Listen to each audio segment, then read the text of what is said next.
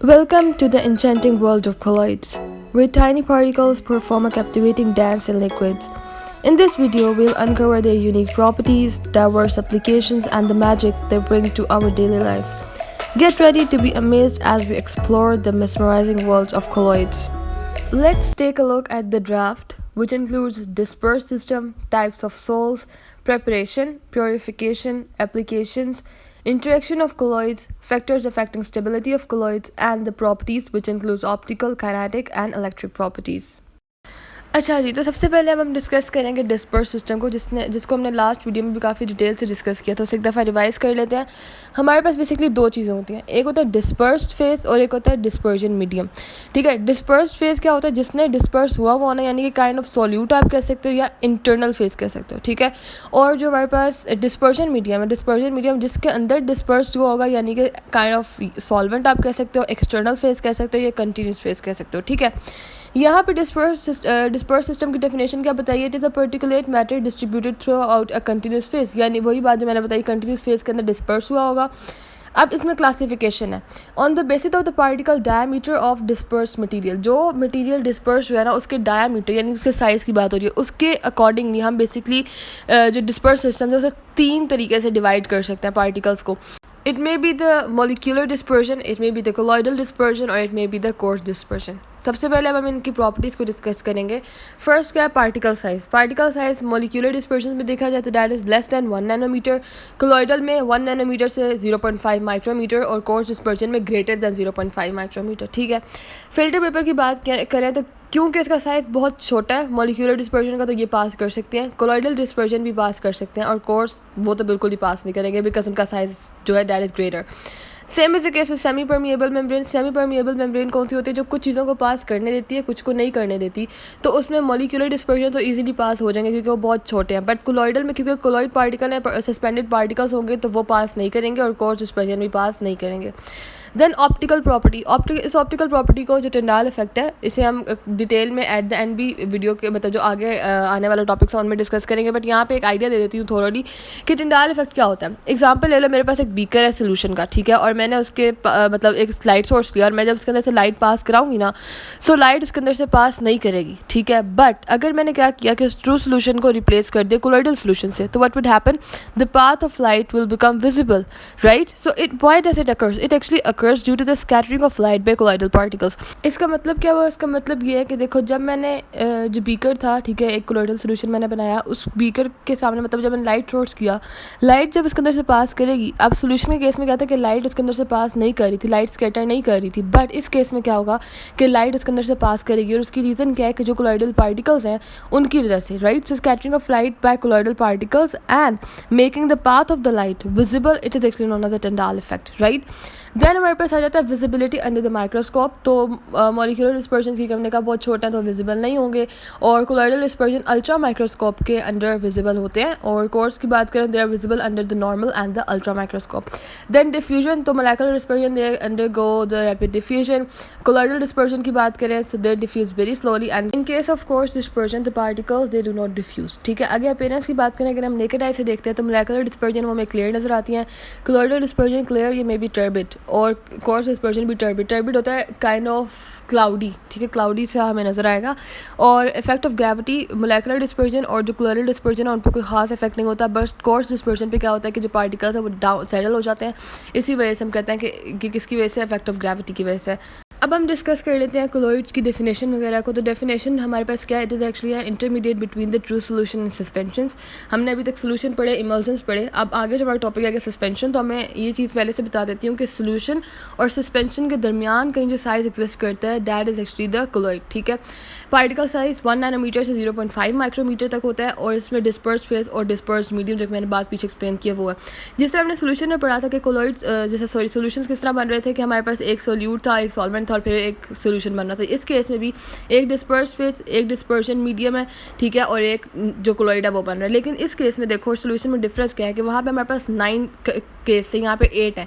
जो 9th case है यानी कि गैस इन गैस वो एग्जिस्ट नहीं करता। जाहिर सी बात है गैस इन गैस है तो वो सोल्यूशन तो बन सकता है बट कोलॉइड बन ही नहीं सकता। That is why. अब यहाँ पे फर्स्ट एग्जांपल में हमारे पास डिस्पर्स फेज है लिक्विड और डिस्पर्जन मीडियम है गैस, यानी कि लिक्विड गैस के अंदर है तो हमारे पास क्या बनेगा, लिक्विड एरोसोल बन जाएगा। कोलॉइड को हम कहेंगे लिक्विड एरोसोल। इसकी एग्जांपल है फोग, एरोसोल स्प्रे। अगर हमने सॉलिड इन गैस किया तो सॉलिड एरोसोल बन जाएगा। अगर हमारे पास गैस इन लिक्विड है तो फोम, लिक्विड इन लिक्विड है तो इमल्जन्स बन जाएंगी। सॉलिड इन लिक्विड है सोल। ये एक बड़ी इंपॉर्टेंट टर्म है सोल, जो कि आगे हम डिस्कस करने वाले हैं कि जब सॉलिड डिस्पर्स फेज हो और डिस्पर्जन मीडियम लिक्विड है तो हमारे पास क्या चीज़ बनती है, सोल। देन गैस, हमारे पास solid in liquid sol, then gas in solid है तो solid foam, liquid in sol तो gel sorry, and then the solid in solid is solid sol. Now take a look at this video और इससे आपको सब clear हो जाएगी। सारे एग्जांपल जो यहाँ पे गिवन है, smoke, air, pollutants, whipped cream etcetera, वो सब इसमें कवर हो जाएंगी।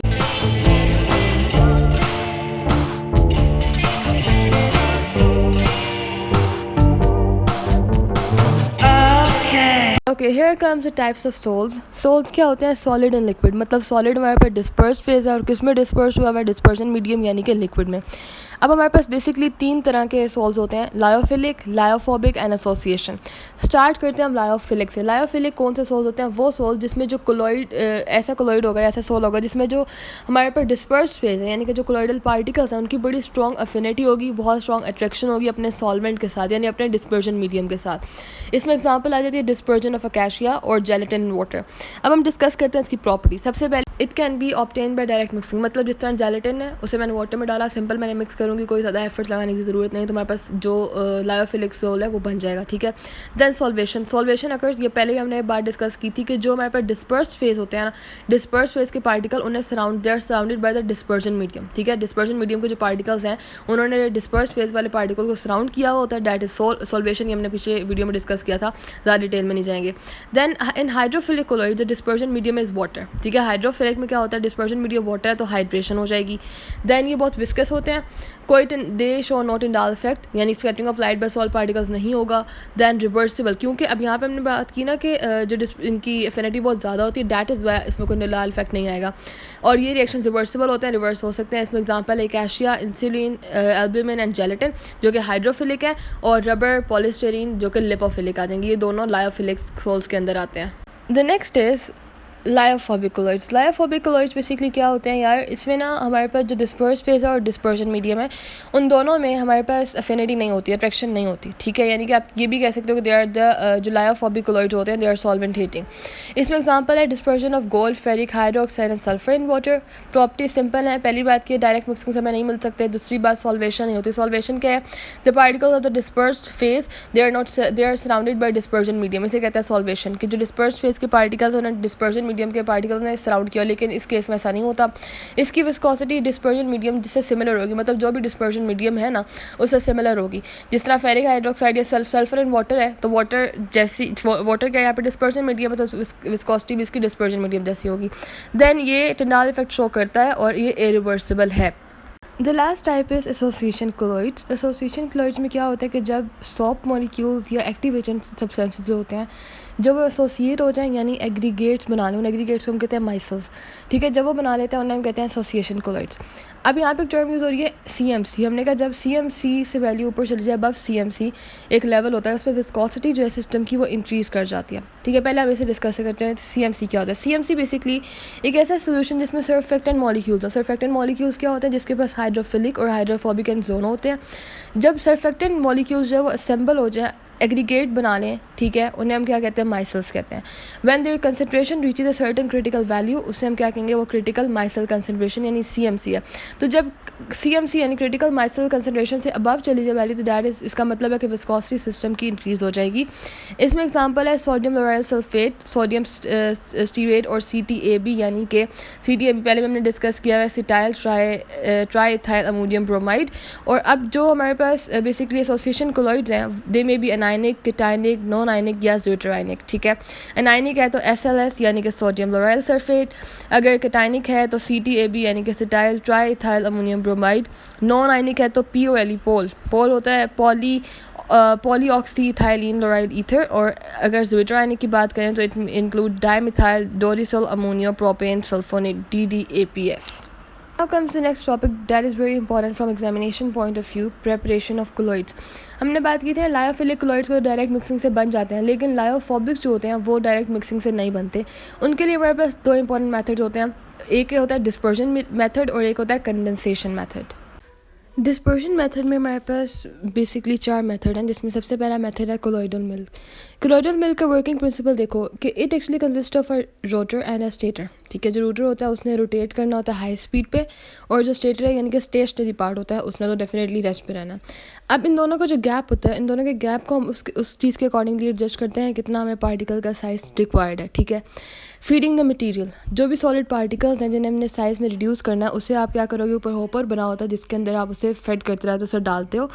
देन शीयरिंग एक्शन, जिस तरह जो रूटर है वो रोटेट करेगा, जो सॉलिड पार्टिकल्स हैं या इमिसिबल लिक्विड भी हो सकता है, उसे क्या करेंगे हम इंटेंस शीयरिंग फोर्सेस देते हैं रूटर और स्टेटर के दरमियान, जिसकी वजह से वो पार्टिकल छोटे छोटे साइजेस में, छोटे छोटे ड्रॉपलेट्स में कन्वर्ट हो जाते हैं और हमारे पास कोलॉइडल इमल्शन या सस्पेंशन बन जाएगी. देन कंटिन्यूस ऑपरेशन में क्या होता है कि जो कोलॉइडल मिल है वो मतलब कंटिन्यूसली ऑपरेट हो रही होती है, ऊपर से हम कंटिन्यूसली उसमें फेड कर रहे होते हैं हॉपर के थ्रू, और कोलॉइडल सस्पेंशन या इमल्शन कंटिन्यूसली डिस्चार्ज हो रही होती है.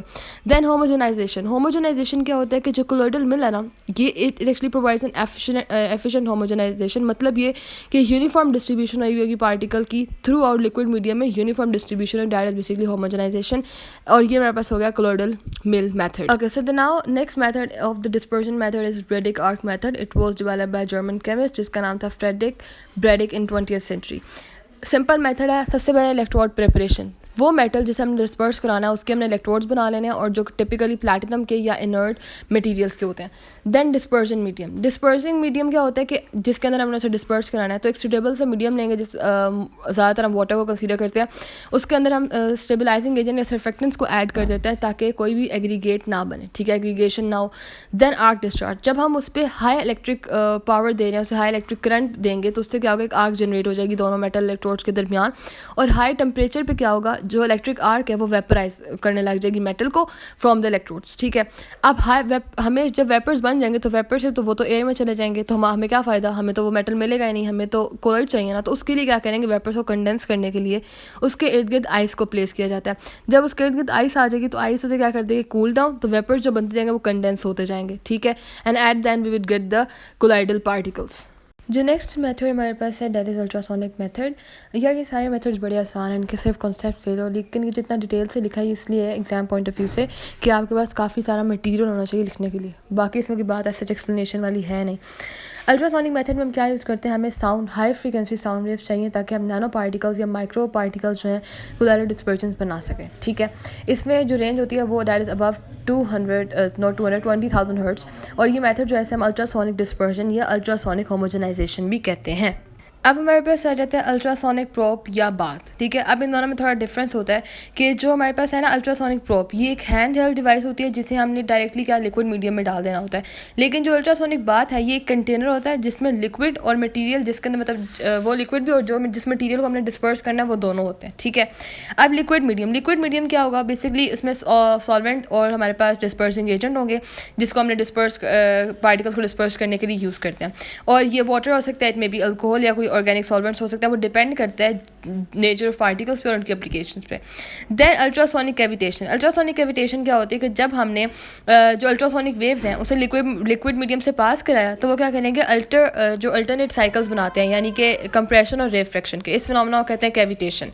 अब कैविटेशन के दौरान होता क्या है कि जो छोटे छोटे बबल्स बन जाते हैं, वॉइड्स बनते हैं. ठीक है, जब वो कोलैप्स करेंगे तो हायर प्रेशर फ्लक्चुएशन की वजह से, ठीक है, क्योंकि हमने कहा रेफ्रैक्शन और कंप्रेशन, उसकी वजह से क्या होते हैं, हायर प्रेशर फ्लक्चुएशंस आ रही हैं. ठीक है, अब उसकी वजह से वो क्या करेंगे, जो बबल्स हैं वो कोलॉइड करेंगे, कोलैप्स करेंगे.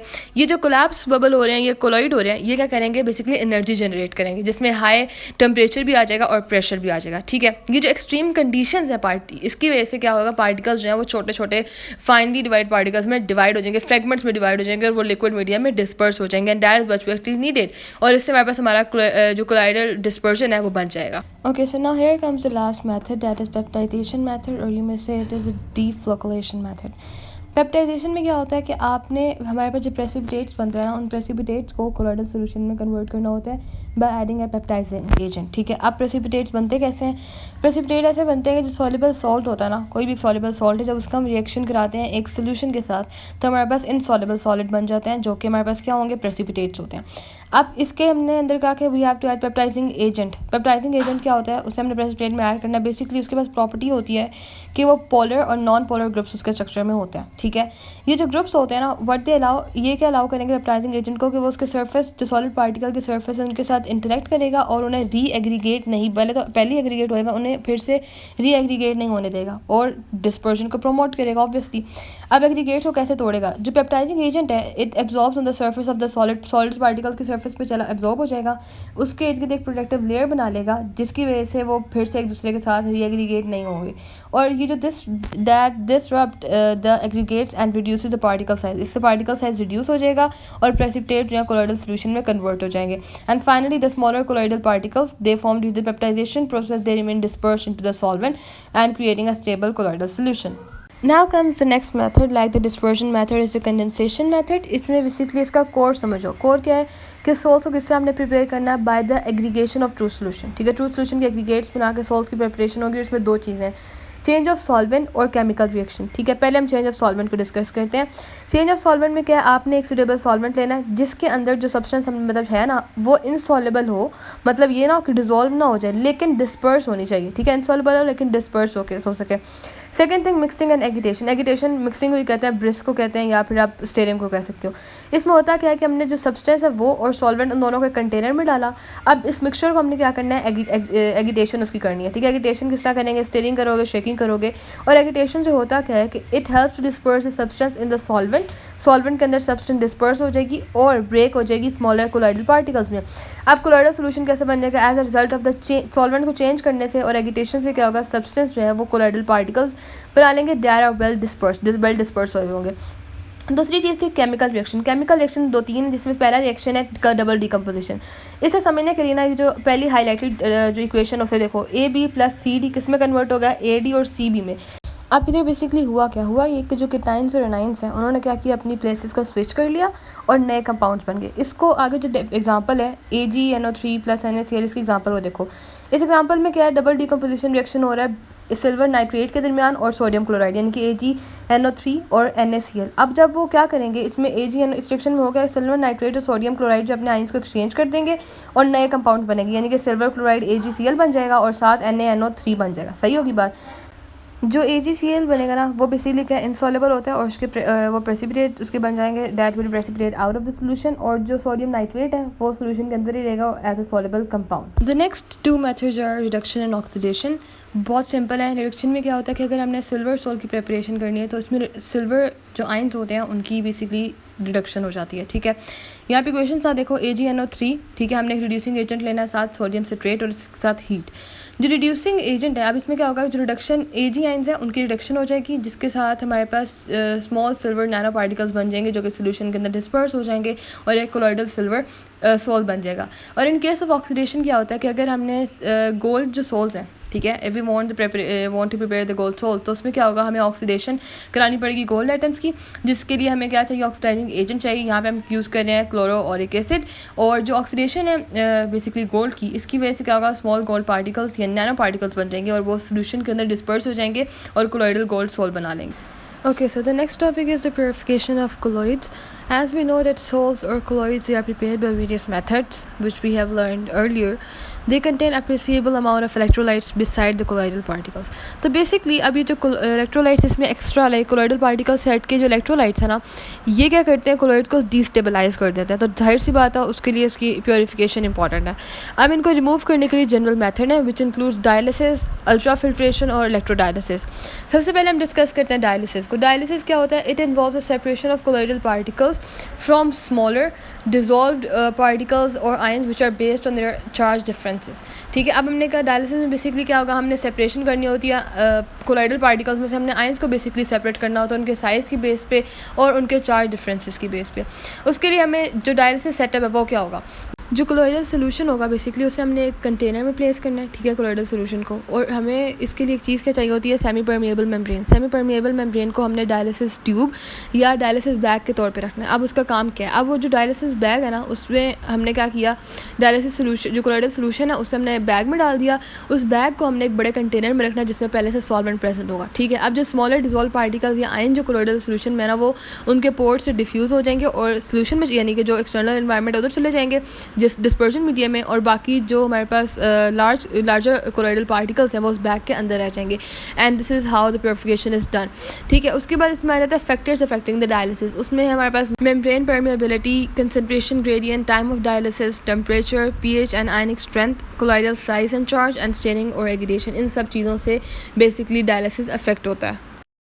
The next method is ultra filtration. Ultra filtration जैसा कि नेम से इंडिकेट हो रहा है, इसमें सिर्फ हमें एक चीज़ चाहिए जो कि है अल्ट्रा फिल्टर, ठीक है। अल्ट्रा फिल्टर क्या होता है, बेसिकली आप कहते हो कि हमने जो सॉल्ट पार्टिकल्स हैं उन्हें सेपरेट करना है लिक्विड मीडियम से और इलेक्ट्रोलाइट से, तो उसके लिए हमें क्या रिक्वायर्ड है, एक अल्ट्रा फिल्टर रिक्वायर्ड है, जिससे हम कहेंगे इस प्रोसेस को क्या कहेंगे, ultra filtration.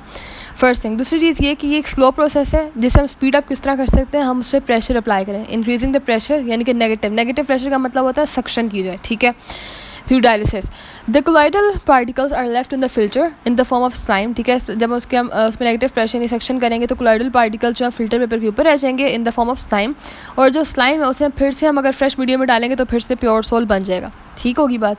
Ultra filter paper is a filter paper whose relatively, उसके जो बेसिकली पोर्स होते हैं ना वो रिलेटिवली लार्जर होते हैं, और उन्हें छोटा किस तरह किया जाता है, हम उसमें सॉल्वेंट जो है ना उन्हें यूज़ करते हैं, इस तरह नाइट्रोसेल्यूलोज, और इसे हम ग्रेडेड फिल्टर भी कहते हैं। और ultra filtration is conducted under the negative pressure, मतलब कि suction, through a dialysis membrane, and this dialysis membrane is actually supported by the Buchner funnel, जो कि हम आगे डायग्राम में देखेंगे। इस डायग्राम में अगर आप देखो तो इसमें यही इस चीज़ की जो मैंने ऊपर बातें एक्सप्लेन की उसे ही विजुलाइज करके बताया हुआ है। ना comes the last method, that is electrodialysis. इसका कॉन्सेप्ट बड़ा सिंपल है कि जब हमने कहा कि डायलिसिस और अल्ट्रा फिल्ट्रेशन में क्या होता है, हम उन्हें यूज़ करते हैं चार्ज जो इम्प्योरिटीज़ हैं उन्हें रिमूव करने के लिए, ठीक है। अब अगर हम चाहते हैं कि इस प्रोसीजर को, इस मेथड को, जो हमने दोनों यूज़ की डायलिसिस और अल्ट्रा फिल्ट्रेशन, इन्हें फास्ट कर दिया जाए, तो हम उसके लिए इलेक्ट्रिक पोटेंशियल को यूज़ करते हैं। इलेक्ट्रिक पोटेंशियल मतलब हम उसके अक्रॉस लगाएं मेम्ब्रेन के, तो उसे हम कहेंगे इलेक्ट्रोडायलिसिस, ठीक होगी बात। एंड इलेक्ट्रिक पोटेंशियल जो हम यूज़ करें may be increase the rate of, अब इससे होगा इलेक्ट्रिक पोटेंशियल से होगा क्या, अब हो सकता है कि इलेक्ट्रिक पोटेंशियल इंक्रीज़ करने से जो आयनिक इम्प्योरिटीज़ हैं उन वो स्पीडअप हो जाएंगे। जब वो स्पीडअप हो जाएंगी तो वो रैपिडली पास करने लग जाए मेम्ब्रेन से, और हम कहेंगे रैपिडली प्योरीफिकेशन हो जाए, ठीक है। और ये बेसिकली इलेक्ट्रोडायलिसिस हमारे पास 3 कंपार्टमेंट वेसल्स होता है, उसमें होता है, जिसमें से हमारे पास जो आउटर कंपार्टमेंट्स है उसमें होंगे इलेक्ट्रोड्स और साथ वाटर, और जो इनर कंपार्टमेंट है यानी जो सेंट्रल कंपार्टमेंट है उसमें हमारे पास सॉल्ट प्रेजेंट होगा, ठीक है। देन अगर आप इसके एप्लीकेशन की बात करें तो एप्लीकेशन जो हमारे पास है इलेक्ट्रिक पोटेंशियल की, it causes the cations to migrate. अब इससे क्या होगा कि जो कैटायंस है वो नेगेटिव इलेक्ट्रोड कंपार्टमेंट की तरफ चले जाएंगे और नाइन्स जो है पॉजिटिव इलेक्ट्रोड कंपार्टमेंट की तरफ से चले जाएंगे, जिसकी वजह से in both of which running water ultimately removes electrolyte, जिसकी वजह से जो पानी जो उसके अंदर है वो इलेक्ट्रोलाइट्स को रिमूव कर देगा। और अगर आप इस डायग्राम को देखो तो डायग्राम में यही बात बताएगी कि जो सेंट्रल कंपार्टमेंट है उसमें सोल है, और जो बाकी जो दोनों कंपार्टमेंट्स हैं जो राइट और लेफ्ट साइड पर इट कंटेन वाटर और इलेक्ट्रोड्स हैं। The journey continues in our next video. Part 2 is just around the corner. Thank you for joining us in this first part of our colloids exploration. We have covered the fundamental concepts and properties of colloids, but there's much more to learn. Don't forget to subscribe to my channel and turn on the notifications. And if you have any questions or specific topics you would like me to address, then please leave them in the comment section below. Your engagement is valuable to me. See you soon in the continuation of our colloid journey.